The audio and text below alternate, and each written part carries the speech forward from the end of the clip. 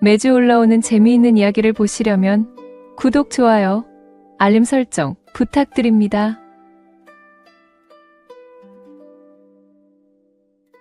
지금 시작합니다. 어느 해봄이던가요? 한양 도성박 십리길에 살구꽃이 유난히 붉게 흐드러지던 날이었습니다. 꽃잎이 분홍비처럼 흩날리는데 그 고운 풍경과는 어울리지 않게 시커먼 관아의 옥사 앞은 을씨년스러운 바람만이 맴돌고 있었지요. 사람들의 발길조차 뚝 끊긴 그곳에 비단 도포 자락을 휘날리며 성큼성큼 걸어오는 한 사내가 있었으니 그가 바로 이 이야기의 주인공이자 장안의 명문가 이대감 댁의 외동아들 이인현이었습니다. 갓끈을 단정히 메고 허리띠를 곧게 두른 그의 모습은 마치 진흙 속의 핀 연꽃처럼 고고했으나 그 눈빛만은 맹수가 먹잇감을 찾듯 절박하고도 뜨거웠답니다. 그가 찾는 이는 죄인이라 불리는 여인, 바로 어린 시절 자신의 붓을 빨아주고 먹을 갈아주던 아이, 담이었습니다. 세상 사람들은 그녀를 도둑이라 손가락질했으나 인연에게 그녀는 죄인이 아니라 가슴속에 묻어둔 정인이자 잃어버린 반쪽이었던 게지요. 두 사람의 인연은 참으로 기이하고도 애틋했습니다. 담이는 본래 인연의 집안에서 허드렛 일을 하던 종의 딸로 태어났으나 천한 신부님에도 타고난 기품이 남달랐습니다. 인연이 사랑방에서 글을 읽을 때면 담이는 마루 끝에 쪼그리고 앉아 그 소리를 귀동냥으로 듣곤 했지요. 어느 날 인연이 어려운 구절에 막혀 한숨을 쉬자 곁에서 먹을 갈던 고사리 같은 손이 멈칫하더니 조용히 그 뜻을 풀이해 주었다고 합니다. 그때 인연은 보았습니다. 흙 묻은 저고리 속에 감춰진 맑은 영혼을 말이지요. 그날 이후 두 사람은 주종 관계를 넘어 마음을 나누는 벗이 되었습니다. 봄이면 진달래를 따서 책갈피에 끼워주고 겨울이면 몰래 군고구마를 나누어 먹으며 서로의 온기를 느꼈지요. 허나 세상은 이 순수한 어울림을 가만두지 않았습니다. 인연의 부친은 아들의 장례를 위해 담이를 멀리 내쳤고 인연은 과거 급제라는 무거운 짐을 지고 산사로 떠나야만 했습니다. 그렇게 수년이 흘러 금이 환영한 인연이 마주한 것은 곱게 자란 여인이 된 담이가 아니라 차가운 옥바닥에 꿇어앉은 죄수 담이었던 것입니다. 나으리 이곳은 귀하신 분이 오실 곳이 못됩니다. 부정탄다 하여 옥졸들도 꺼리는 곳이옵니다. 옥사쟁이가 굽신거리며 앞을 막아섰지만 인연은 그를 차갑게 노려보았습니다. 그 서슬 퍼런 기세에 눌린 옥사쟁이는 슬그머니 빗장을 열어주었지요. 삐그덕거리는 나무 문이 열리자 퀴퀴한 곰팡내와 섞인 습한 공기가 훅 끼쳐왔습니다. 그 어둠 속 한 줄기 빛조차 들지 않는 구석방에 하얀 소복을 입은 여인이 웅크리고 있었습니다. 헝클어진 머리카락 사이로 드러난 파리한 얼굴, 며칠을 굶었는지 앙상해진 어깨. 하지만 그 눈망울만은 여전히 밤하늘의 별처럼 또렷하게 빛나고 있었으니 그녀가 바로 담이었습니다. 그녀는 인기척에 고개를 들었다가 꿈에 그리던 인연의 얼굴을 보고는 소스라치게 놀라며 뒷걸음질 쳤습니다. 도련님, 아니 나으리, 어찌 이곳까지 오셨습니까? 보시지 말아야 할 꼴을 보이고 말았습니다. 담이의 목소리는 갈라져 있었으나 그 안에는 인연을 걱정하는 마음이 가득했습니다. 자신이 쓴 누명보다 인연의 고귀한 옷자락에 옥사의 더러움이 묻을까 저어하는 그 마음 씀씀이에 인연의 가슴은 미어지는 듯했습니다. 인연은 옥창에 굵은 나무살을 부여잡고 무릎을 꿇었습니다. 사대부의 체면 따위는 안중에도 없다는 듯 그는 흙바닥에 무릎을 대고 담이와 눈높이를 맞추었습니다. 고개를 들거라. 내가 죄인이 아니라는 것을 하늘이 알고 땅이 알고 내가 아는데 어찌 나를 피하려 하느냐. 하오나 나으리, 저는 주인의 물건에 손을 댄 파렴치한 죄인이 되었습니다. 제 곁에 계시면 나으리의 앞길에도 먹칠을 하게 될 것입니다. 부디 발길을 돌려주십시오. 저 같은 것은 잊으시고 담이는 차마 말을 잇지 못하고 고개를 떨구었습니다. 억울함에 사무쳐 울 법도 하건만 그녀는 입술을 꾹 깨물며 눈물을 삼키고 있었지요. 이녀는 나무 창살 사이로 손을 뻗었습니다. 닿을 듯 말 듯 한 거리, 그는 망설임 없이 그녀의 거칠어진 손을 덥석 잡았습니다. 차가운 냉기가 손끝을 타고 전해져 왔지만 이녀는 그 손을 더욱 꽉 움켜쥐었습니다. 따스한 온기가 그녀의 손등으로 팔을 타고 심장으로 흘러들어가도록 말입니다. 잊으라 했느냐? 내가 글을 읽을 때 곁을 지키던 그 숨소리를 잊으라 했느냐? 내 너를 찾기 위해 벼슬길에 올랐고 너를 다시 보기 위해 이 길을 달려왔다. 내 말을 똑똑히 듣거라. 이년의 목소리는 낮지만 단호했습니다. 옥사 안의 정막을 깨고 울려 퍼지는 그의 음성에는 한치의 흔들림도 없었습니다. 다미는 떨리는 눈으로 인연을 바라보았습니다. 어릴 적 보았던 소년의 눈빛은 사라지고 어느새 든든한 사내의 눈빛이 그녀를 담고 있었습니다. 인연은 잡은 손을 자신의 가슴 쪽으로 끌어당기며 일생일대의 결심을 담아 입을 열었습니다. 나는 너를 이 차가운 곳에서 꺼낼 것이다. 단순히 죄를 벗겨주는 것으로 끝내지 않겠다. 내 너를 나의 아내로 맞이할 것이다. 나으리, 그게 무슨 가당치도 않은 말씀이십니까? 저는 천한 몸이요, 나으리는 하늘 같은 사대부이십니다. 더구나 저는 지금 신분? 그런 껍데기는 내게 중요치 않다. 죄인의 낙인? 그것이 거짓임을 밝혀내면 그만이다. 내 집안의 가장 높은 자리에 너를 앉히고 누구도 너를 함부로 대하지 못하게 할 것이다. 그러니 다미야, 나를 믿어다오. 내 목숨을 걸고 너를 지킬 것이니. 인연의 눈빛은 타오르는 횃불과도 같았습니다. 그것은 단순한 연민이나 동정이 아니었습니다. 오랜 세월 가슴속에 켜켜이 쌓아온 그리움과 어떤 시련이 닥쳐도 기필코 그녀를 지켜내겠다는 사내의 굳은 맹세였습니다. 다미의 눈에서 참았던 눈물이 툭 하고 떨어졌습니다. 그것은 슬픔의 눈물이 아니라 벼랑 끝에서 만난 한 줄기 동아줄 같은 희망, 그리고 벅찬 감동의 눈물이었습니다.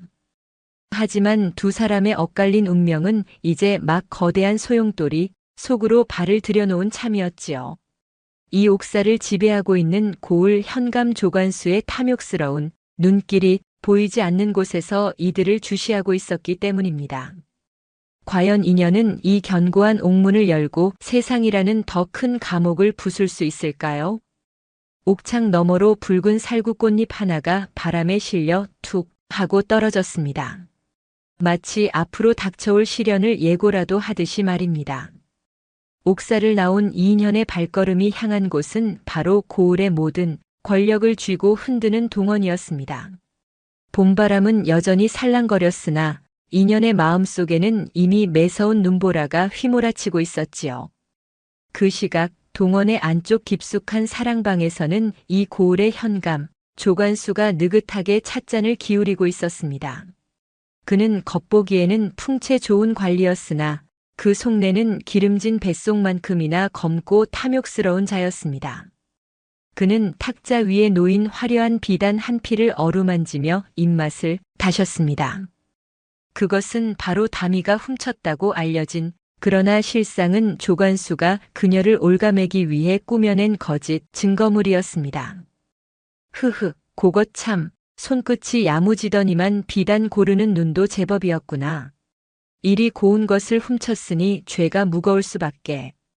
조관수는 혼잣말을 중얼거리며 비릿한 미소를 지었습니다. 사실 그가 다미를 탐낸 것은 어제 오늘 일이 아니었습니다. 읍내 포목점 뒤편에서 묵묵히 바느질을 하던 다미의 단아한 자태는 화려한 기생들에게서 느낄 수 없는 묘한 매력이 있었지요. 수차례 사람을 보내 수청을 들라 회유하고 협박도 해보았으나 다미는 서슬 퍼런 칼날처럼 단호히 거절했습니다. 이에 자존심에 금이 간 조관수는 비뚤어진 소유욕을 품게 되었고 급기야 그녀를 도둑으로 몰아 관비로 만든 뒤 자신의 소나귀에 넣으려는 계략을 꾸민 것입니다. 그때 방문 밖에서 급한 인기척이 들리더니 아전이 황급히 고했습니다. 사또 나으리, 이 대감댁 도령, 아니 이인연 나으리께서 지금 당장 뵙기를 청하고 계십니다. 조관수의 눈썹이 꿈틀했습니다. 한양에서 장원 급제하여 내려온 명문가 자제가 제 발로 찾아오다니 올 것이 왔구나 싶었겠지요. 그는 헛기침을 하며 옷매무새를 가다듬고는 짐짓 점잖은 목소리로 답했습니다. 어허, 귀한 손님이 오셨는데 어찌 문 밖에서 세워두느냐. 어서 안으로 모시거라. 문이 열리고 인연이 들어서자 방 안의 공기가 순식간에 차갑게 가라앉았습니다. 인연은 조관수에게 정중히 읍을 했으나 그 눈빛만은 굽히지 않고 꼿꼿했습니다. 조관수는 능글맞은 웃음을 띠며 자리를 권했습니다. 이 누추한 곳에 귀한 분이 어인 행차십니까? 과거 급제 소식은 익히 들었습니다. 이 고을의 경사가 아닐 수 없지요. 현감 나으리 바쁘신 줄 아오나 긴히 드릴 말씀이 있어 예의를 무릅쓰고 찾아왔습니다. 옥에 갇힌 죄인 다미의 일 때문입니다. 인연이 단도직입적으로 본론을 꺼내자 조관수의 눈매가 가늘어졌습니다. 그는 찻잔을 내려놓으며 짐짓 놀란 척 연기를 시작했습니다. 아, 그 포목점 도둑 계집 말이군요. 그 천한 것이 나으리와 무슨 연이 닿아 있길래 이리 직접 왕림하셨습니까? 그 아이는 도둑질을 할 위인이 못 됩니다. 제가 그 성정을 누구보다 잘 압니다. 이는 분명 오해이거나 누군가의 모함일 것입니다. 재조사를 청합니다. 인연의 목소리에 힘이 실리자 조관수는 혀를 차며 탁자 위에 비단을 턱 하고 내밀었습니다. 나으리 사람 속은 모르는 법입니다. 여기 증거가 이리 명백하지 않습니까? 그 계집의 방에서 이 귀한 비단이 나왔습니다. 게다가 목격자도 있단 말이지요. 헌데 나으리께서는 어찌 사사로운 정에 이끌려 국법을 논하려 하십니까? 목격자라 하셨습니까? 그가 누구인지 언제 어디서 보았는지 제가 직접 확인하고 싶습니다. 그리고 이 비단이 다미의 방에서 나왔다 한들 누군가 몰래 가져다 놓았을지 어찌합니까? 인연이 물러서지 않고 논리적으로 파고들자 조관수의 표정에서 웃음기가 사라졌습니다. 그는 몸을 앞으로 숙이며 목소리를 낮추었습니다. 이제부터가 진짜 본색을 드러낼 차례였지요. 나으리 참으로 순진하시구려. 좋습니다. 100번 양보하여 재조사를 한다 칩시다. 헌데 말입니다. 더 큰 문제가 하나 있습니다. 더 큰 문제라니요? 그 계집 면천되었다고 떠들고 다니던데 관아의 호적 대장을 아무리 뒤져봐도 면천 기록이 없더이다. 그 말인즉슨 그 계집은 여전히 천민 신분이라는 뜻이지요. 게다가 주인 집에서 도망쳐 나온 도망 노비 신세가 아니겠습니까? 인연의 가슴이 철렁 내려앉았습니다. 분명 어릴 적 부친께서 다미를 내보내며 면천시켜 주었다고 들었는데 서류가 없다니요. 이것은 예상치 못한 족쇄였습니다. 조선 땅에서 문서 없는 자유는 허상과도 같은 것이니까요. 조관수는 당황한 인연의 기색을 놓치지 않고 쐐기를 박듯 비릿하게 속삭였습니다. 주인의 물건을 훔친 것도 모자라 신분까지 속이고 살았다. 이건 대명률에 의거하여 차명에 처해도 할 말이 없는 중죄입니다. 허나 내 나으리의 체면을 봐서 관비로 삼아 목숨만은 부지하게 해줄까 고민 중이었는데 나으리께서 이리 나오시니 법대로 처리하는 수밖에 없겠군요. 그것은 명백한 협박이었습니다. 인연이 계속 파헤치려 든다면 다미를 죽일 수도 있다는 혹은 자신의 소유물인 관비로 만들어 영영 인연이 닿을 수 없는 곳으로 보내버리겠다는 경고였지요.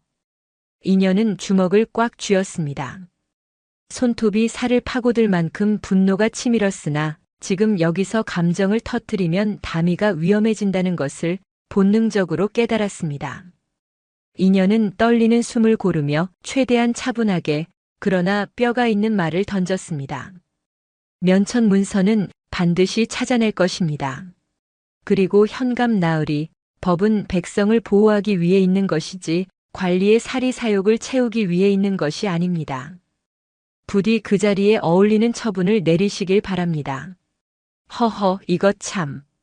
젊은 혈기가 대단하시군. 내 충고 하나 하리다. 사대부의 앞길에 흙탕물 튀기지 말고 고고하게 꽃길만 가시지요. 천한 계집 하나 때문에 가문의 명예를 더럽혀서야 쓰겠습니까? 조관수의 비웃음을 뒤로 한 채 인연은 동원을 빠져나왔습니다. 등 뒤로 닫히는 문소리가 마치 세상과 단절되는 육중한 벽처럼 느껴졌습니다. 하늘은 여전히 맑았지만 인연의 눈앞은 캄캄하기만 했습니다. 도둑 누명도 모자라 신분의 굴레까지 씌워지다니. 사라진 면천 문서는 어디에 있는 것일까요? 정말 부친께서 문서를 만들어주지 않으셨던 것일까요? 아니면 중간에서 누군가 가로챈 것일까요? 인연은 주먹으로 가슴을 쳤습니다. 답답함이 밀려왔지만 좌절할 틈이 없었습니다. 그는 다미가 갇혀있는 옥사 쪽을 한번 바라보고는 결연한 표정으로 발길을 돌렸습니다. 우선 다미의 옛 주인, 즉 자신의 친척집부터 찾아가 그날의 진실을 파헤쳐야 했습니다. 그것이 다미를 살리는 유일한 길이었으니까요. 하지만 인연이 사라지자마자 동원의 창문을 통해 그 뒷모습을 지켜보던 조관수는 서랍 깊숙한 곳에서 낡은 종이 한 장을 꺼내 들었습니다. 거기에는 면천이라는 두 글자가 선명하게 찍혀 있었지요. 흐흐, 이 종이 쪼가리 하나에 목숨을 걸다니. 가소로운 것들. 조관수는 촛불 위로 종이를 가져갔습니다. 불꽃이 종이 끝을 날름 할그려는 찰나 그는 마음을 바꾸어 다시 서랍 속에 던져 넣었습니다. 아니지, 태워버리면 재미없지. 이걸 미끼로 써야 더 재밌는 구경을 할 수 있지 않겠어? 악인의 소나기에 쥐어진 희망, 그리고 그것을 모른 채 가시밭길로 들어서는 연인들. 운명의 수레바퀴는 이제 더욱 가혹하게 굴러가기 시작했습니다. 과연 인연은 이 교활한 덫을 뚫고 다미의 결백을 증명할 수 있을까요? 인연이 숨을 헐떡이며 당도한 곳은 한양에서 50리 떨어진 외가 친척 김진사의 댁이었습니다. 다미가 쫓겨나 잠시 머물렀던 바로 그곳이지요. 소슬대문은 여전하였으나 인연의 마음이 급하니 그 위세 등등한 기와집도 그저 답답한 벽으로만 보였습니다. 인연은 체면 차릴 새도 없이 안채로 뛰어들어가 김진사를 찾았습니다. 마루에 앉아 담뱃대를 두드리던 김진사는 땀범벅이 된 인연을 보고 혀를 찼습니다. 자네 과거 급제하더니 점잖은 맛은 어디다 팔아먹고 이리 허둥대는가? 쯧쯧. 숙부님, 긴히 여쭐 것이 있어 왔습니다. 예전에 저희 집에서 보낸 아이, 담이 말입니다. 그 아이가 이곳을 떠날 때 면천 문서를 가지고 나갔습니까? 인연의 절박한 물음에 김진사의 눈동자가 묘하게 흔들렸습니다. 그는 헛기침을 하며 시선을 피했지요. 그게 언제적 일인데 기억을 하겠나. 그리고 그 아이는 제 발로 나간 게야. 손버릇이 나쁘다는 소문이 돌길래 나무랐더니 그 길로 야반도주를 했지 뭔가. 손버릇이라니요. 그 아이는 그럴 리가 없습니다. 그리고 면천 문서는 아버님께서 분명 챙겨주셨다 했습니다. 숙부님께서 모르실 리가 없지 않습니까? 인연이 목소리를 높이자 김진사는 당황한 기색이 역력했습니다. 무언가 숨기는 것이 분명했습니다. 그때였습니다. 부엌 어귀에서 나무를 다듬던 늙은 행랑어멈이 인연의 옷자락을 살며시 잡아 끌었습니다. 주름진 얼굴에 겁이 잔뜩 질린 그녀는 주위를 두리번거리더니 모기만한 목소리로 속삭였습니다. 도련님, 아니 나으리. 제 말을 좀 들어보셔요. 그 아기씨 도망간 게 아닙니다요. 인연은 행랑어멈을 으슥한 담벼락 뒤로 데려갔습니다. 할멈, 아는 대로 다 말해보게. 내 후이 살해하겠네. 살해는 필요 없습니다요. 그 착한 아기씨가 험한 꼴을 당했다니 제 마음이 편치 않아 그럽니다. 그날 밤 관아에서 사람들이 들이닥쳤습니다요. 현감 나으리가 보낸 사람들이라며 아기씨의 진보다리를 죄다 뒤졌지요. 그러더니 종이 한 장을 찾아내고는 킬킬거리며 가져갔습니다. 아기 씨가 울며 불며 매달렸지만 그들은 아기 씨를 맨몸으로 쫓아냈지요. 대감마님께는 입도 뻥긋 말라 엄포를 놓고요. 현감이 조간수가 이미 그때부터 인연의 주먹이 부들부들 떨렸습니다. 조간수는 최근에 다미를 탐한 것이 아니라 이미 오래전부터 그녀의 존재를 알고 신분 세탁의 증거를 가로채 쥐고 있었던 것입니다. 모든 것이 치밀하게 계획된 덫이었습니다. 인연은 할멈의 거친 손을 잡고 깊이 고개를 숙였습니다. 고맙네. 정말 고맙네. 할멈 덕분에 길이 보이네. 인연은 다시금 말에 올라탔습니다. 이제 적이 무엇을 감추고 있는지 알았으니 그것을 되찾을 방법도 찾아야 했습니다. 해는 뉘엿뉘엿 서산으로 넘어가고 세상은 어둠과 함께 침묵 속으로 잠겨들었습니다. 한편 차가운 옥사에도 밤이 찾아왔습니다. 습기 찬 집단 위에 앉아있던 다미는 감옥 창살 사이로 들어오는 달빛을 바라보며 인연의 얼굴을 떠올리고 있었습니다. 낮에 보았던 그의 눈빛, 따스했던 손길이 얼어붙은 몸을 녹이는 유일한 불씨였지요. 그때 정적을 깨고 옥사문이 거칠게 열렸습니다. 불길한 발소리와 함께 나타난 것은 바로 조관수였습니다. 그는 술 냄새를 풍기며 비틀거리는 걸음으로 다미의 옥방 앞에 섰습니다. 흐흐, 그래. 밤 공기가 제법 차갑지? 그 귀하신 도련님은 가고 없는데 홀로 지새우는 밤이 외롭지도 않더냐? 조관수는 옥졸에게 눈짓하여 문을 열게 하고는 안으로 성큼 들어왔습니다. 다미는 물러서지 않고 그를 똑바로 올려다보았습니다. 옥에 갇혀 헝클어진 모습이었지만 그 눈빛만은 꺾이지 않는 대나무처럼 꼿꼿했습니다. 현감 나으리께서 이 야심한 시각에 죄인의 방엔 무슨 일이십니까? 국법을 집행하는 분이 채통을 지키십시오. 채통? 하하. 내년이 아직 상황 파악이 안 되는 모양이구나. 낮에 왔다 간 그 이인현이란 놈, 내 면천 문서가 없다는 걸 알고는 꽁무니를 뺐다. 양반네들이 다 그렇지. 천한 것 때문에 제 앞길 막히는 걸 누가 좋아하겠느냐? 조관수는 비열한 거짓말로 다미의 마음을 흔들려 했습니다. 하지만 다미는 흔들리지 않았습니다. 그녀가 아는 인연은 그런 사내가 아니었습니다. 거짓말 마십시오. 그분은 나으리처럼 비겁한 분이 아닙니다. 설령 그분이 저를 버리신다 해도 저는 나으리의 것이 되느니 차라리 혀를 깨물고 죽겠습니다. 독한 년 그래서 더 맛이 나는 법이지. 조관수가 다미의 턱을 거칠게 움켜쥐었습니다. 위협적인 손길에 다미의 몸이 가늘게 떨렸지만 그녀는 지지 않고 쏘아붙였습니다. 나으리, 제가 왜 도둑 누명을 썼는지 이제야 알겠습니다. 제가 훔친 것은 비단이 아니라 나으리의 추악한 비밀을 본 제 눈이겠지요. 조관수의 손이 멈칫했습니다. 술기에 풀려있던 동공이 일순간 수축되었습니다. 뭐라? 비밀? 그날 포목점 뒷방에서 보았습니다. 나으리께서 객주 주인과 주고받으시던 그 푸른색 표지에 장부 말입니다. 비단 뭉치 속에 숨겨두셨지요? 제가 그 방에 들어갔을 때 나으리께서 얼마나 당황하셨는지 똑똑히 기억합니다. 다미의 말은 비수처럼 정확히 조관수의 급소를 찔렀습니다. 사실 조관수가 다미를 범인으로 몬 결정적인 이유는 그녀가 우연히 자신이 뇌물을 세탁한 내역을 적은 이중 장부를 숨기는 장면을 목격했기 때문이었습니다. 조관수는 당황함을 감추려 고함을 질렀습니다.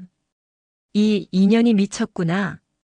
감옥에 처박혀 있더니 헛것이 보이는 게야. 어디서 주어들은 헛소리로 나를 협박하려 들어. 헛것인지 아닌지는 나으리께서 더 잘 아시겠지요. 저를 죽이시면 그 비밀은 영영 묻힐 것이라 생각하십니까? 세상에 비밀은 없습니다. 다미의 서늘한 경고에 조관수는 뒷걸음질 쳤습니다. 그는 분을 사귀지 못하고 씩씩거리다 옥방을 뛰쳐나갔습니다. 두고 보자. 내년이 언제까지 그렇게 빳빳한지. 내일 날이 밝는 대로 형틀에 묶어 주리를 틀어주마. 쾅 하고 닫힌 철문 소리가 옥사에 메아리 쳤습니다. 조관수가 사라지자 다미는 그제야 참았던 숨을 몰아쉬며 바닥에 주저앉았습니다. 온몸에 힘이 빠져나갔지만 그녀의 머릿속은 더욱 맑아졌습니다. 푸른색 장부. 그것이 조관수의 목줄이자 자신과 인연을 살릴 유일한 열쇠임을 확신했습니다. 하지만 옥에 갇힌 자신이 그것을 어떻게 찾을 수 있을까요? 그리고 인연에게 이 사실을 어떻게 전해야 할까요? 창살 틈으로 들어온 달빛이 다미의 손등 위로 내려앉았습니다. 그녀는 바닥에 떨어진 지푸라기 하나를 주워들었습니다. 그리고 마음속으로 간절히 빌었습니다. 도련님, 부디 무사하십시오. 그리고 제 목소리를 들어주십시오. 바람이 윙윙거리며 옥사 주변을 맴돌았습니다. 마치 두 사람의 운명을 잇는 전령이라도 되는 것처럼 바람은 다미의 한숨을 싣고 인연이 있는 곳으로 불어갔습니다. 이제 인연은 면천 문서의 진실을 알았고 다미는 적의 약점을 기억해냈습니다. 서로 다른 곳에 있지만 두 사람의 싸움은 이제야 비로소 하나의 목표를 향해 달리기 시작한 것입니다. 이튿날 동이 트기 전 새벽 안개가 도성을 짙게 감싸 안아 한치 앞도 분간하기 어려운 시각이었습니다. 옥사 주변의 풀벌레 소리마저 숨죽인 고요 속 인연은 전 재산을 털다시피 하여 마련한 엽전 꾸러미를 옥사쟁이의 품에 안겼습니다. 탐욕스러운 옥사쟁이조차 그 엄청난 액수와 인연의 서슬, 퍼런 기세에 질려 입을 꾹 다문 채 곁눈질로 망을 보아주었지요. 삐거덕 쇠창살 문이 열리자 인연은 급히 안으로 들어섰습니다. 밤새 한숨도 못 잤는지 퀭한 눈으로 벽을 기대고 있던 다미가 소스라치게 놀라 몸을 일으켰습니다. 나으리, 여기가 어디라고 또 오셨습니까? 날이 밝으면 곧 형방이 들이닥칠 것입니다. 어서 피하셔야 합니다. 피하다니 당치 않다. 내 너를 두고 어디로 간단 말이냐? 시간이 없으니 내 말을 잘 듣거라. 인연은 다미의 어깨를 단단히 감싸쥐며 어젯밤 친척 집에서 알아낸 충격적인 진실을 토해냈습니다. 다미야, 너는 천인이 아니다.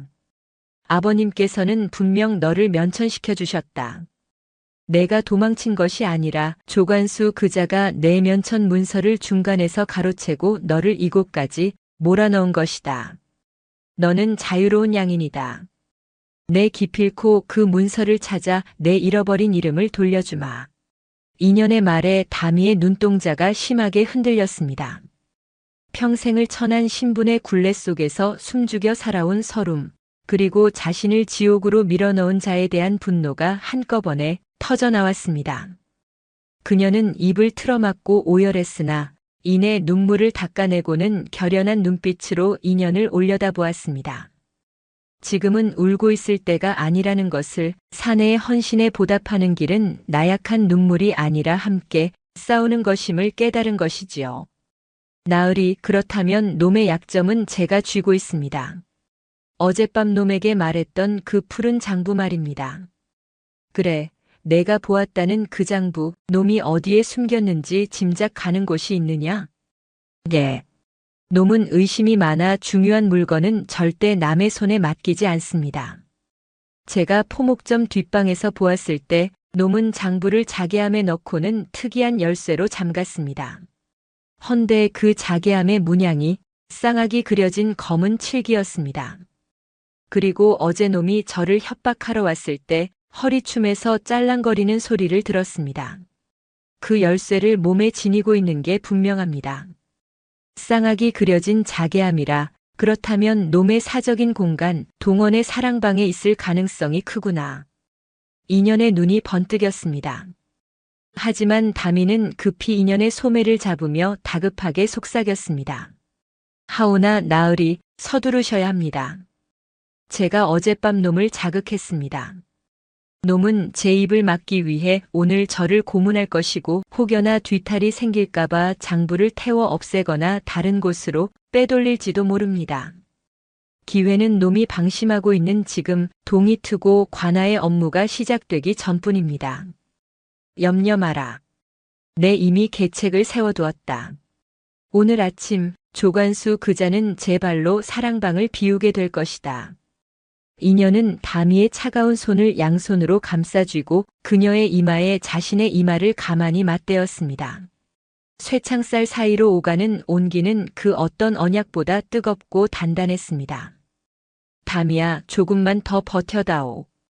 내 목숨을 걸고 약조하마. 오늘 해가 중천에 뜨기 전 너를 옥에서 꺼내어 매화 향기 가득한 곳으로 데려가겠다. 그러니 부디 마음 굳게 먹고 있어야 한다. 나으리만 믿겠습니다. 살아서 나으리의 곁에 서거나 죽어서 나으리의 이름을 안고 가거나 제게 다른 길은 없습니다. 짧은 만남을 뒤로하고 옥사를 빠져나온 인연의 발걸음은 바람처럼 빨랐습니다. 밖에는 이미 그를 돕기로 한 옛 서원 동기, 지금은 암행어사의 수행원으로 일하는 친구 박서방이 변복을 한 채 기다리고 있었지요. 인연은 친구에게 비장한 표정으로 고개를 끄덕였습니다. 준비는 되었는가? 물론일세. 자네의 그 무모한 사랑 노름에 내 목숨까지 걸어야 하다니 나중에 술 한 잔으로는 어림도 없네. 고맙네.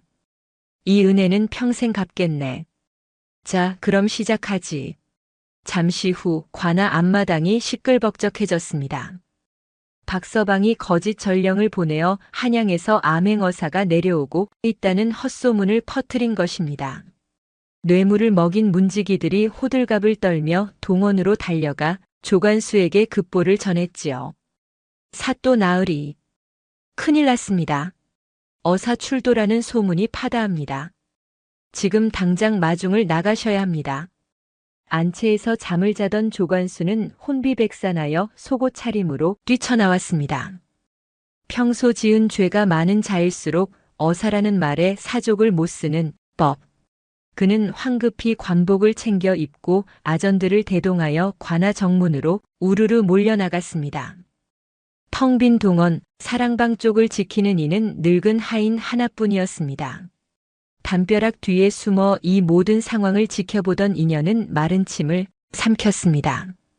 조관수가 자리를 비운 시간은 기껏해야 반시각. 그 안에 쌍악 자개함을 찾아 장부와 면천 문서를 확보해야만 했습니다. 인연은 담장을 훌쩍 뛰어넘어 사랑방 뒷뜰로 소리 없이 내려앉았습니다.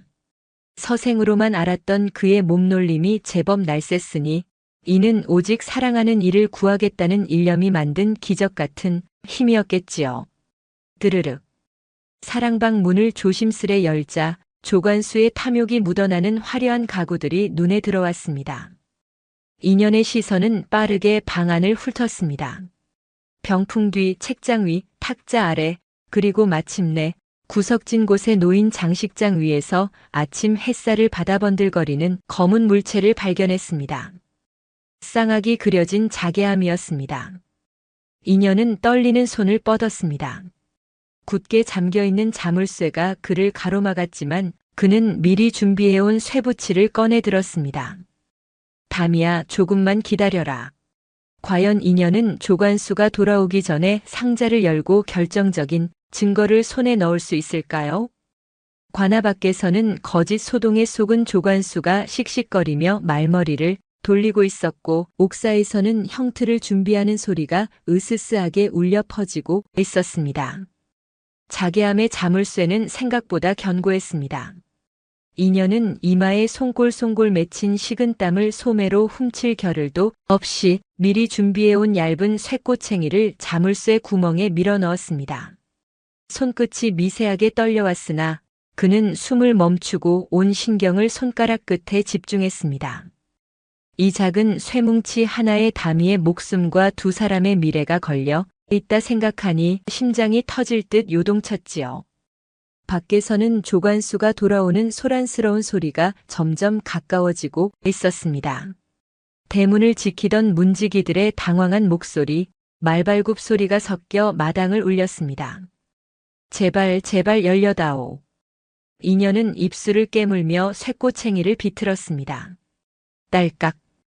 정막을 깨고 들려온 그 작은 금소금이 마치 천지개벽의 소리처럼 들렸습니다. 인연은 떨리는 손으로 뚜껑을 열어젖혔습니다. 그 안에는 과연 다미가 말한 대로 푸른색 표지의 장부와 낡고 빛바랜 종이 한 장이 접혀 있었습니다. 인연은 급히 종이를 펼쳤습니다. 면천 -10미년 3월 비다미를 양인으로 방면함. 아버님의 수결이 선명하게 찍힌 그 종이를 보는 순간 인연의 눈시울이 붉어졌습니다. 이것은 단순한 종이가 아니었습니다. 짐승 취급을 받던 한 여인에게 인간으로서의 존엄을 되찾아주는 생명줄이자 인연이 그녀를 당당한 아내로 맞이할 수 있게 해주는 징표였으니까요. 다미야, 이제 되었다. 너는 자유다. 인연은 감격에 젖을 새도 없이 장부와 문서를 품속 깊이 찔러 넣었습니다. 바로 그때 방문 밖 마루에서 쿵쿵거리는 발소리가 들려왔습니다. 이 멍청한 것들아. 어사출도가 헛소문이라니. 내가 직접 확인해 봐야겠다. 조관수의 걸걸한 목소리가 문 바로 앞에서 터져 나왔습니다. 도망칠 곳은 없었습니다. 인연은 찰나의 순간 열린 자개함을 그대로 둔 채 방 안을 둘러보았습니다. 뒤편으로 난 작은 들창이 눈에 들어왔지요. 그는 소리 없이 몸을 날려 창문을 넘었습니다. 그가 창틀을 벗어나 바닥의 착지함과 동시에 드르륵 하고 사랑방 미닫이 문이 거칠게 열렸습니다. 인연은 숨도 크게 쉬지 못한 채 사랑방 밑에 좁은 틈새로 몸을 구겨넣고 숨을 죽였습니다. 방 안으로 들어선 조관수는 씩씩거리며 의자에 주저앉으려다 무엇인가 이상함을 감지했습니다. 늘 닫혀있던 장식장 위에 자개함 뚜껑이 입을 벌리고 있는 것이 아니겠습니까?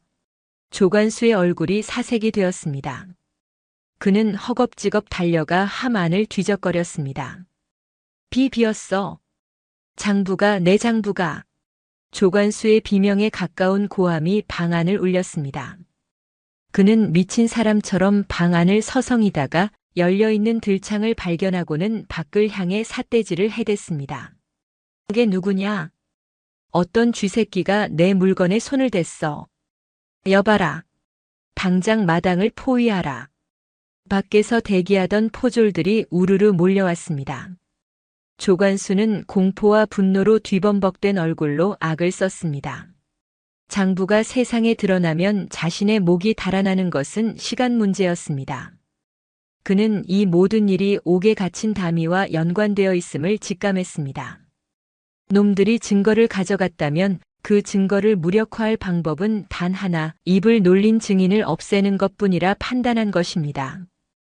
형방. 형방은 어디 있느냐? 예, 사또 나으리. 대령에 있사옵니다. 지금 당장 옥에 있는 그 계집을 끌어내라. 내일이고 뭐고 필요 없다. 지금 당장 형장을 세우고 국법을 어긴 죄를 물어 차명에 처한다. 마루 밑에 숨어있던 인연의 심장이 덜컥 내려앉았습니다. 내일 아침이라던 형 집행이 지금 당장으로 앞당겨진 것입니다. 조관수는 자신의 파멸을 막기 위해 다미를 희생양 삼아 입을 막으려는 것이 분명했습니다. 사또 나으리. 아직 날도 밝지 않았고 절차도 없이 차명이라니요. 민심이 동요할 것입니다. 형방이 난처한 듯 물었으나 조관수는 벼루를 집어던지며 고함을 질렀습니다. 시끄럽다. 도둑질도 모자라 관아의 기밀 서류까지 훔쳐간 일당과 한패인 인연이다. 즉결 처형으로 다스려 본보기를 보여야 한다. 당장 시행하지 않으면 내놈 목부터 칠 것이다. 아, 알겠사옵니다. 형방이 허둥지둥 물러가고 조관수는 거친 숨을 몰아쉬며 방 안을 서성였습니다. 인연은 조관수가 다시 밖으로 나가 아전들을 독촉하는 틈을 타 재빠르게 사랑방 밑을 빠져나왔습니다. 흑투성이가 된 옷을 털어낼 겨를도 없이 그는 담장 너머에서 기다리고 있던 친구 박서방에게로 달려갔습니다. 박서방은 인연의 굳은 표정을 보고 사태가 심상치 않음을 직감했지요. 자네 찾은 건가? 헌데 표정이 왜 그런가? 찾았네. 허나 큰일이 났네. 놈이 눈치를 채고 다미를 지금 당장 처형하려 하네. 시간이 없어. 당장 관아 마당으로 가야 하네. 뭐라? 지금 당장? 미친놈이로군. 증거도 없이 사람을 죽이려 들다니. 헌데 인연이 자네, 이대로 나가면 자네 또한 무사하지 못할 걸세. 놈은 지금 눈이 뒤집혔어. 내 몸 따위가 무슨 상관인가. 다미가 죽으면 나도 죽는 것일세. 자네는 어서 가서 진짜 어사또를 모셔오게. 내가 시간을 벌고 있을 테니. 자네 정말 목숨을 걸 셈이군. 박서방은 인연의 어깨를 꽉 쥐어주곤 말에 올라타 어디론가 질주했습니다. 인연은 품속의 장부와 문서를 다시 한번 확인하고 흐트러진 갓끈을 단단히 고쳐매었습니다. 그의 눈빛은 더 이상 유약한 선비의 것이 아니었습니다. 사랑하는 여인을 지키기 위해 사자의 아가리로 제 발로 걸어 들어가는 비장한 투사의 눈빛이었지요. 관아의 앞마당에는 벌써부터 살벌한 기운이 감돌았습니다. 횃불이 곳곳에 밝혀지고 옥에서 끌려나온 다미가 형틀에 묶이고 있었습니다. 하얀 소복은 흙바닥에 끌려 더러워졌고 그녀의 얼굴은 공포로 하얗게 질려 있었으나 입술만은 굳게 다물고 있었습니다. 조관수는 대청마루에 앉아 그 광경을 내려다보며 킬킬거렸습니다. 내년이 감히 내 뒤통수를 쳐? 내 서방인지 무엇인지 하는 놈이 쥐새끼처럼 내 방을 털어갔더구나. 허나 소용없다.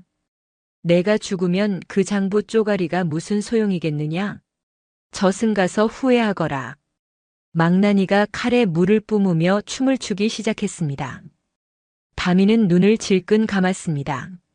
도련님, 부디 저를 잊고 무탈하십시오. 저는 이것으로 족합니다. 칼날이 번뜩이며 허공을 가르려는 찰나 닫혀있던 관아의 정문이 쾅 하고 열리며 우렁찬 목소리가 장내를 뒤흔들었습니다. 멈추어라.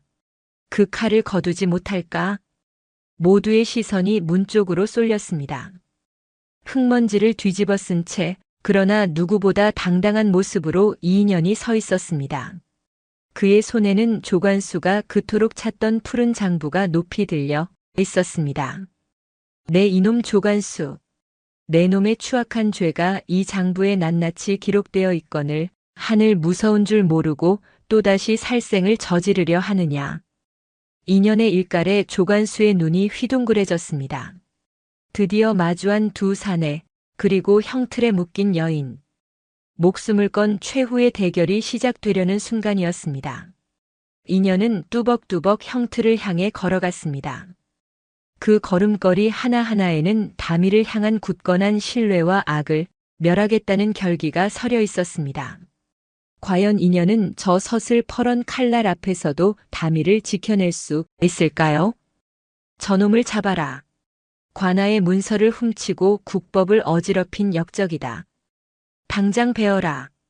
조관수의 고함이 관아 앞마당을 쩌렁쩌렁 울렸습니다. 그의 얼굴은 불그락푸르락하며 공포와 살기로 뒤틀려 있었지요. 하지만 이인연은 조금도 물러서지 않았습니다. 그는 오히려 포졸들이 겨눈 창끝 앞으로 한 발짝 더 다가서며 손에 든 푸른 장부를 높이 치켜들었습니다. 바람에 그의 옷자락이 펄럭이자 마치 거대한 산이 움직이는 듯한 위압감이 느껴졌습니다. 역적이라 하였느냐? 내 눈에는 나라의 녹봉을 받으며 백성의 고혈을 빨아먹는 내 놈이야말로 진짜 역적으로 보이는구나. 이 장부 안에 내가 고을의 진상미를 빼돌린 내역과 멀쩡한 양인을 노비로 만들어 팔아먹은 죄상이 낱낱이 적혀 있다. 이것을 보고도 하늘을 속일 셈이냐. 인연의 일갈은 사자후처럼 마당을 가로질러 백성들의 귀에까지 꽂혔습니다. 웅성거리던 구경꾼들 사이에서 탄식이 흘러나왔고 포졸들조차 주춤거리며 서로의 눈치만 살폈습니다. 그들이 보기에도 인연의 기세는 단순한 도망자의 것이 아니었기 때문입니다. 이에 다급해진 조관수는 이성을 잃고 발악했습니다. 무엇들 하느냐. 저놈이 내뱉는 말은 다 헛소리다. 저놈과 저 계집을 지금 당장 차명에 처하라. 내 명을 거역하는 자는 그 자리에서 목을 베겠다. 현감의 서슬퍼런 협박에 결국 포졸들이 머뭇거리며 창을 고쳐 잡았습니다.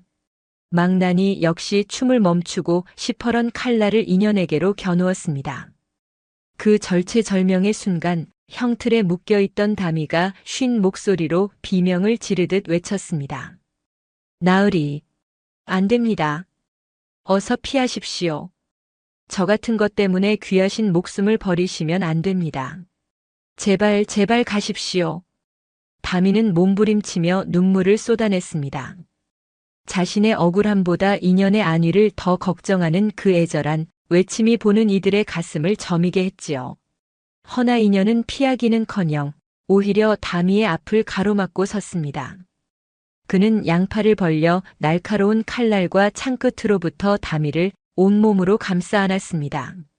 내 시체를 넘기 전에는 그 누구도 이 여인의 털럭 하나 건드리지 못할 것이다. 사대부가 한번 마음을 정했으면 목에 칼이 들어와도 바꾸지 않는 법. 찌를 테면 찌르거라. 내 피가 이 마당을 적시면 내 놈들의 죄는 씻을 수 없는 저주가 되어 대대손손 남을 것이다. 인연의 눈빛은 타오르는 불꽃 그 자체였습니다. 사랑하는 이를 지키기 위해 기꺼이 제 목숨을 제물로 바치겠다는 숭고한 결기 앞에 망나니조차 기에 눌려 뒷걸음질 쳤습니다.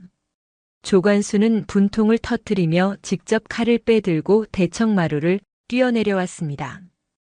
에이, 쓸모없는 것들. 내 직접 이놈들의 목을 쳐서 후환을 없애리라. 조관수가 칼을 높이 쳐들고 인연의 등을 향해 내리꽂으려는 찰나였습니다. 관아 정문 쪽에서 천둥 같은 북소리와 함께 우렁찬 외침이 터져나왔습니다.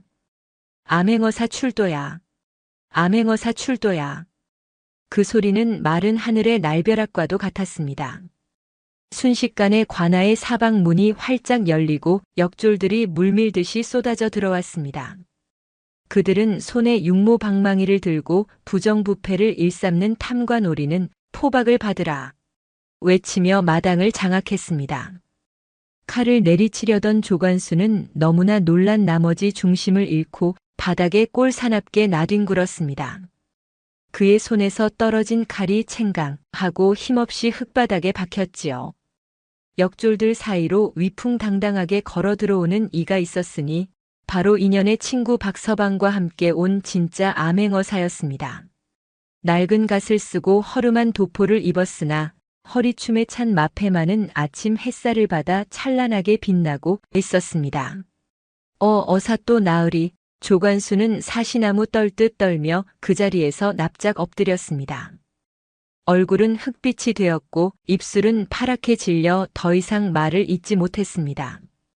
암행어사는 조관수 앞에 서서 싸늘한 눈빛으로 그를 내려다보았습니다. 고을 현감 조관수는 듣거라.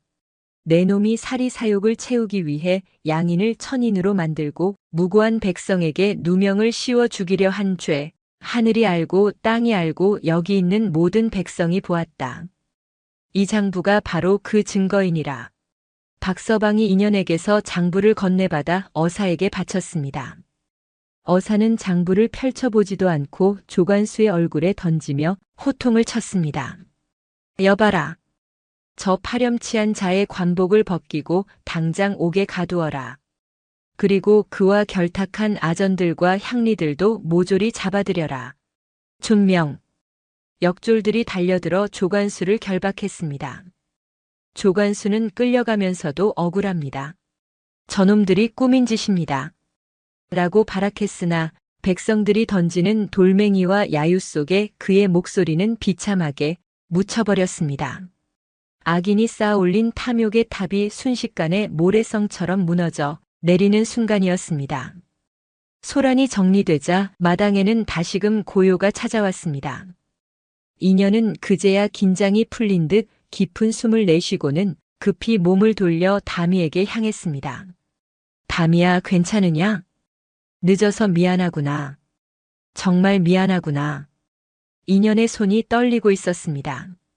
그는 품에서 작은 단도를 꺼내어 다미를 올가매고 있던 밧줄을 조심스레 끊어냈습니다. 툭 투둑. 밧줄이 풀리자 다미는 다리에 힘이 풀려 주저앉으려 했습니다. 인연은 재빠르게 그녀를 부축하여 자신의 품에 안았습니다. 다미의 뺨을 타고 뜨거운 눈물이 하염없이 흘러내렸습니다.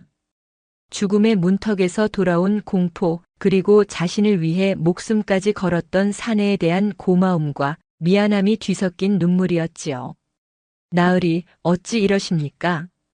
저 같은 것이 무엇이라고 어찌 그 귀한 목숨을. 다미는 말을 잇지 못하고 인연의 가슴에 얼굴을 묻었습니다.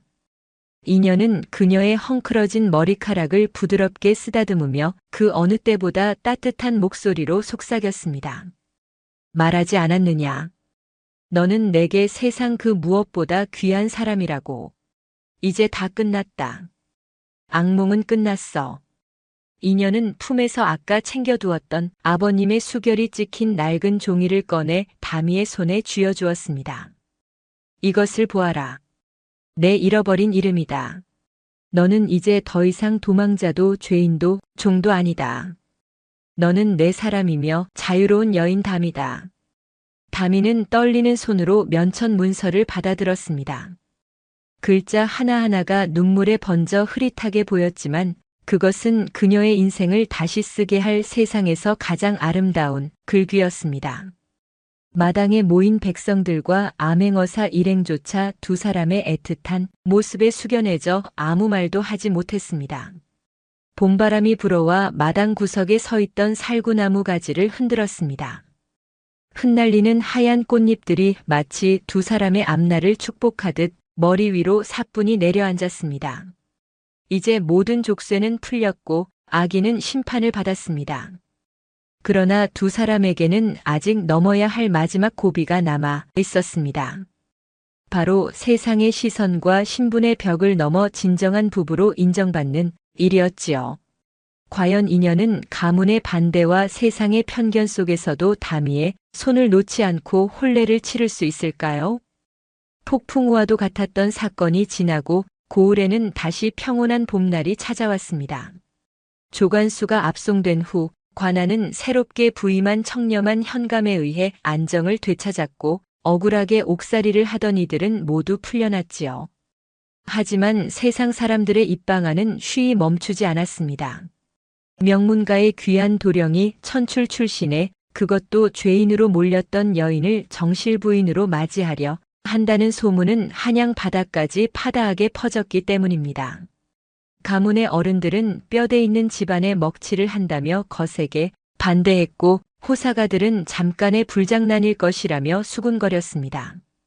허나 이인연은 그 모든 비난과 우려를 묵묵히 그러나 단단한 바위처럼 버텨냈습니다. 그는 다미의 손을 잡고 당당히 집안의 사당으로 향했습니다. 화려한 예단도 북적이는 하객도 없었으나 조상님들 앞에 올리는 정화수 한 그릇만큼은 그 어떤 보석보다 맑고 투명하게 빛나고 있었답니다. 어머니, 아버지, 그리고 조상님들. 이 사람은 제게 생명의 은인이자 평생을 함께할 벗이며 유일한 연인입니다. 비록 세상이 정한 신분의 잣대로는 부족해 보일지 모르나 그 영혼의 고결함은 저보다 훨씬 높고 깊습니다. 부디 이 사람을 며느리로 받아주십시오. 그리하지 않으신다면 저는 갓을 벗고 낙향하여 이 사람과 함께 밭을 갈며 살겠습니다. 인연의 목소리는 낮지만 힘이 있었습니다. 부모님은 아들의 확고한 눈빛에서 꺾을 수 없는 고집과 진심을 읽었습니다. 결국 자식 이기는 부모 없다고 했던가요? 혹은 인연이 보여준 목숨까지 건 사랑에 감복한 것일까요? 집안 어른들은 긴 한숨 끝에 고개를 끄덕이며 두 사람의 연을 허락했습니다. 다미는 그제야 참았던 눈물을 터뜨리며 인연의 어머니 앞에 큰 절을 올렸습니다. 천한 종의 딸로 태어나 평생을 남의 집 겹방살이로 떠돌던 그녀가 비로소 따뜻한 울타리 안으로 들어와 진정한 가족으로 인정받는 순간이었습니다. 그날 밤 두 사람만의 조촐한 혼례가 치러졌습니다. 신방에는 은은한 촛불 하나만이 일렁이고 있었지요. 인연은 다미의 얼굴을 가린 하얀 면사포를 조심스레 걷어 올렸습니다. 고된 옥살이로 인해 야위었지만 연지곤지를 찍은 다미의 얼굴은 마치 갓 피어난 매화처럼 청초하고 아름다웠습니다. 이녀는 떨리는 손으로 다미의 뺨을 감싸 쥐었습니다. 고생 많았다. 정말 고생 많았다, 다미야. 내 너를 너무 늦게 찾았다. 아니옵니다, 서방님. 서방님께서 저를 포기하지 않으셨기에 제가 살아있을 수 있었습니다. 제 평생 이 은혜를 어찌 다 갚고 살지요? 다미의 목소리가 물기를 머금고 떨려왔습니다. 이녀는 고개를 저으며 그녀의 입술에 손가락을 가만히 대었습니다. 은혜라니. 부부 사이에 그런 말은 하는 게 아니다. 우리는 서로에게 빚을 진 것이 아니라 그저 서로의 반쪽을 찾아 하나가 된 것뿐이다. 너는 나의 부족한 부분을 채워주는 사람이고 나 또한 너의 그늘이 되어줄 사람이니. 이녀는 품에서 비단 주머니 하나를 꺼내어 다미의 손에 쥐어주었습니다. 그 안에는 한 쌍의 옷가락지가 들어있었습니다. 그것은 이년의 어머니가 며느리에게 물려주라며 남몰래 챙겨준 가문의 정표였습니다. 다미는 옷가락지를 보고는 믿기지 않는다는 듯 입을 다물지 못했습니다. 이 귀한 것을 제가 감히 받아도 되는지요? 너야말로 이 집안의 안주인이 될 자격이 충분하다. 이 반지는 너를 올가매는 굴레가 아니라 우리가 영원히 함께할 것임을 약속하는 증표다. 이녀는 다미의 손가락에 가락지를 끼워주며 그녀의 손등에 긴 입맞춤을 남겼습니다. 거칠어진 다미의 손마디 하나하나를 위로하듯 그의 입술은 따뜻하고 부드러웠습니다. 두 사람은 촛불을 끄고 나란히 자리에 누웠습니다. 창호지 문 너머로 달빛이 은은하게 스며들고 멀리서 들려오는 풍경 소리가 자장가처럼 고요했습니다. 육체의 결합보다 더 깊은 영혼의 교감이 이루어지는 밤, 두 사람은 서로의 심장 소리를 들으며 비로소 안도감에 잠이 들 수 있었습니다. 지난날의 모진 시련들이 주마등처럼 스쳐 지나갔지만 이제 그것은 두 사람의 사랑을 더욱 단단하게 만들어준 걸음이 되었을 뿐입니다. 세월은 유수와 같이 흘러 어느덧 몇 해가 지났습니다. 이녀는 높은 벼슬에 오르는 대신 고향에 남아 후학을 양성하는 길을 택했습니다. 권력의 비정함을 몸소 겪었기에 출세보다는 사람을 키우고 백성을 돌보는 일이 더 값지다는 것을 깨달았기 때문이지요. 다미 역시 안주인으로서 집안 살림을 알뜰히 꾸리는 한편 가난한 이웃들에게 베푸는 삶을 살았습니다. 한때 자신도 가장 낮은 곳에 있어 보았기에 그들의 배고픔과 서름을 누구보다 잘 이해하고 보듬어줄 수 있었던 것입니다. 마을 사람들은 그런 두 부부를 보며 하늘이 내린 인연이라 칭송했고 다미의 이름 앞에는 더 이상 천출이라는 꼬리표 대신 어진 마님이라는 수식어가 붙게 되었습니다. 어느 화창한 봄날 인연과 다미는 집 뒤편의 언덕으로 산책을 나섰습니다.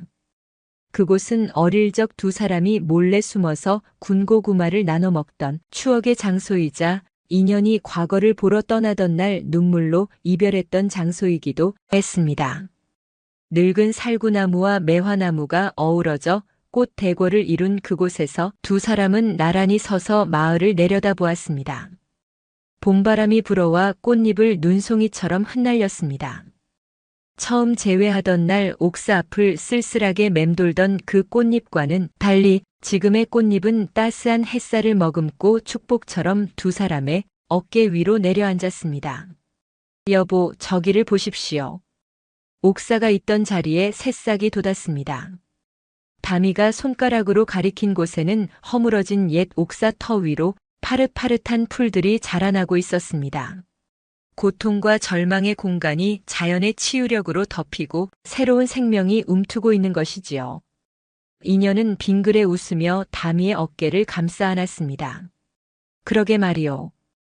아무리 추운 겨울도 봄을 이길 수는 없는 법이지. 우리네 삶도 저 풀들처럼 시련 뒤에 더 단단하게 뿌리를 내리는 모양이요. 서방님 덕분입니다. 제가 그 모진 바람을 견딜 수 있었던 것은 서방님이라는 든든한 나무가 곁에 있었기 때문입니다. 아니요, 부인. 부인이 내 곁에 있었기에 내가 올바른 길을 볼 수 있었소. 우리는 서로 다른 나무로 태어났으나 이제는 뿌리와 가지가 엉켜 하나가 된 열리지와 같소. 앞으로 어떤 비바람이 몰아쳐도 우리는 결코 떨어지지 않을 것이오. 인연은 다미의 손을 잡고 따스하게 마주 보았습니다.